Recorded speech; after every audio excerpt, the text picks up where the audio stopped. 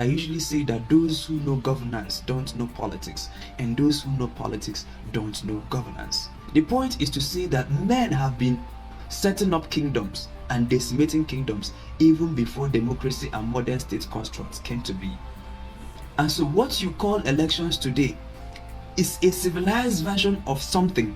So I tell you this, before there is a change of king, during the time of kingdoms and kingships and dominions, there must be brutal all-out war before there is a transfer of baton.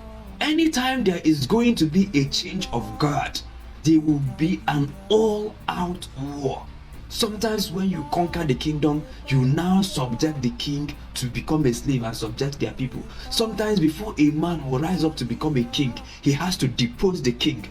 Sometimes they have to assassinate the king. Sometimes the king can die a natural death, and in the atmosphere of trying to see who succeeds the king, they now take a violent usurpation of power. So you go to your Roman Empire, it is all there for you to see. Go to the Greek, that it is all there for you to see. Go and read the history of Egypt. It is all there. The many skirmishes. Uncles have killed their cousins just to take power. Siblings have killed fellow siblings to take political power. In some cases, there is an all-out war. The army of this nation will war with the army just to fight for nations, to fight for kingdoms, to fight for territories. And so what you call elections today are civilized version of those warfares, because every other thing that kings do then to take office, we do it today. If you don't prepare yourself well, don't run for public office, because your family may have the illusion of, oh, this is a very nice man, one wife, 2 kids and all. And just once you say that you are running, your classmates will begin to testify. Investigative journalists will begin to dig into your past. That by the time you finish elections, if you don't take time, not only have you lost the elections, you've lost your integrity, you've lost your money. In some cases, you lose your family, because your kids and your wife were looking up to you as a good man, but now the elections have exposed an underbelly. And so because it's no longer permissible for people to kill in terms of political contest, they no longer assassinate, but they can assassinate your character. So whereas it was permissible in those days to do brutal assassinations to take power, in modern day democracies, I'm using America as the bastion of democracy, it is no longer permissible to assassinate your opponent, but you can assassinate their character. You can undermine them. Everything that is legally permissible, in fact, in some cases, it borders on libel. It borders on slander. It comes dangerously close to it. Do the accusation and just impugn the integrity. Just create that doubt in the minds of his potential voters. And there are strategists, just like you had war strategists hundreds of years ago, who are advising kings on how to move, how to usurp power, how to kill, where to attack. You have modern day warfarers. That is why many campaign rooms are actually called war rooms, because they design war strategies. If you come further down south, there are places where if they can freeze your accounts, they will freeze your accounts. There are places if they can kidnap you, they will kidnap you. And we have seen people being, even in Lagos, Funsho Williams was assassinated on the account of wanting to run for governor in 2000, I think it's 2003 or 2005.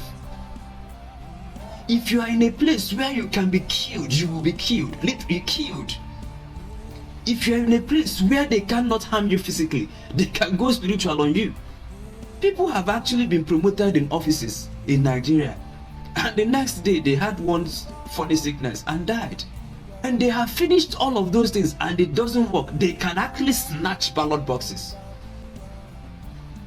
They can shut down the beavers.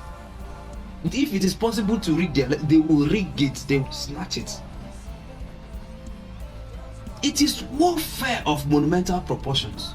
Yes, we have made advancements. We are no longer killing people, slaughtering each other with knives because we are running for elections. But wait a minute, they still carry those daggers. They can choke it on your finances, they can choke it on your integrity, or they can actually choke it on your vote. If they don't succeed in the field, they can go to Supreme Court. And so, Chima, what are you saying? Should we start snatching ballot boxes? No, but you should also know that snatching ballot boxes is part of the equation. So you must be prepared that your own ballot boxes will not be snatched from you. And so the few that will challenge themselves to come out will not give it all it takes, because they don't see it as warfare. Whereas their opponents see it as warfare, they don't see it as warfare. There is something an associate says that has so made impact in my life. He's a pastor, a young pastor. I think he's in his 30s, but he's doing so well, works so hard. And he says, if people who work for money work this hard, how much more those of us who work for souls? So people work for money. Why they spend time in Lagos traffic week in, week out is to make money. They can actually leave their houses by 4 a.m., come back by 11 p.m. every day. And why they are doing that is to make money, minimum wage. And those of us who are working for souls feel that we should not put in as much work. No, because the reward for their labor is money. The reward for our labor is human souls. Therefore, we ought to work harder. That is the same way in politics. The people who are fighting, stealing, cheating, bribing their way to get power, you would think that they are doing it for public good. No, they are doing it so that they will get money. But those of us who have ideas, who our hearts are in the right place, are doing it because we see that people are dying and we want to protect them. We see that people are going to bed hungry and we want to feed them. We see that this is not the best the society can be and we want to help them. So our motivation is actually purer, and the end result of our actions is actually stronger than the person who is doing it for mere money. You also see that people who are doing it for mere money tend to work harder than those of us who are doing it for impact. There is no cost they will not spare to achieve public office just to steal money. There is no cost, there is no stone they will leave unturned in their quest to achieve power just to make money or for the fun of power. But there are those of us who want to use power for public good. We see the killings in the Middle Belt and we want to take power so that it will stop. We see kidnappings, the banditry going on, and we want to take power to stop. We see a lot of our compatriots who are trapped in foreign land, not because they want to be there, but because the circumstances back home do not permit. So we see these things and we want to bring back our brothers home. It's actually a purer motivation than someone who just wants to answer Mr. President.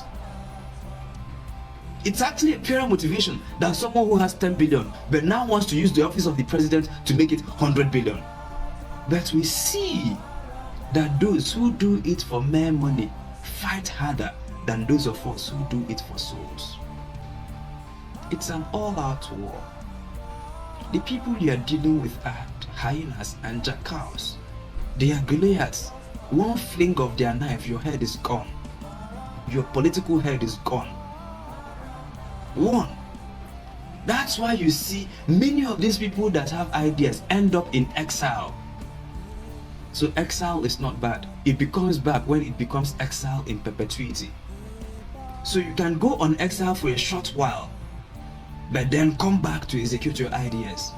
But many a times, they banish you to foreign land. You are there speaking English, but you don't have any impact. You are now a professor of this at that university, and the best you can do for Nigeria is to be writing articles and speaking at conferences. No, that's not why God gave you ideas. God did not give you ideas so that you can be writing articles every week. Stop telling us about the horrendous thing that is going on in Nigeria's judiciary. God gave you this wisdom so that you will become a Supreme Court judge. Stop telling us about the GDP of Malaysia and China. God gave you this wisdom so that you become and execute it. But if you don't have other things added to those ideas, your ideas will die with you. And we have seen a lot of brilliant people who died with their ideas. Ideas are not enough.